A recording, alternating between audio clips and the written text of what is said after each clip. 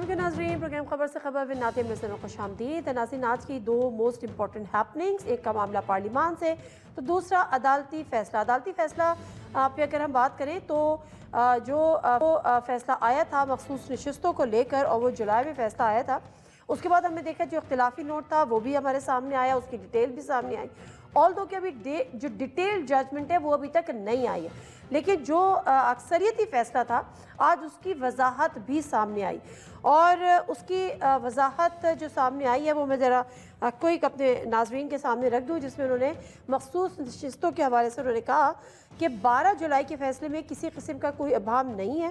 Election تسلیم کر چکا ہے کہ پی ٹی آئی رجسٹرڈ سیاسی جماعت ہے۔ الیکشن کمیشن نے خود بیرسٹر گوہر کو پارٹی چیئرمین تسلیم کیا۔ اقلیتی ججز نے بھی تحریک انصاف کی قانونی پوزیشن کو تسلیم کیا۔ الیکشن کمیشن وضاحت کے نام پر اپنی پوزیشن تبدیل نہیں کر سکتا۔ پارٹی سرٹیفکیٹ جمع کرانے والے پی ٹی آئی کے کامیاب امیدوار ہیں۔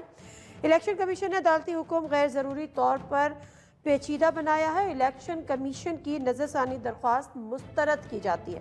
الیکشن کمیشن 12 جولائی کے فیصلے پر فوری عمل درآمد کرے اور عدالتی فیصلے پر کے عمل میں تاخیر اور ناکامی کے نتائج ہوں گے۔ الیکشن کمیشن کی ذرائع سے چیزیں آئی ہیں کہ نہیں جی ایسا نہیں ہوا ایسا نہیں ہوا، لیکن بہرحال ابھی باقاعدہ طور پر کوئی جواب نہیں آیا۔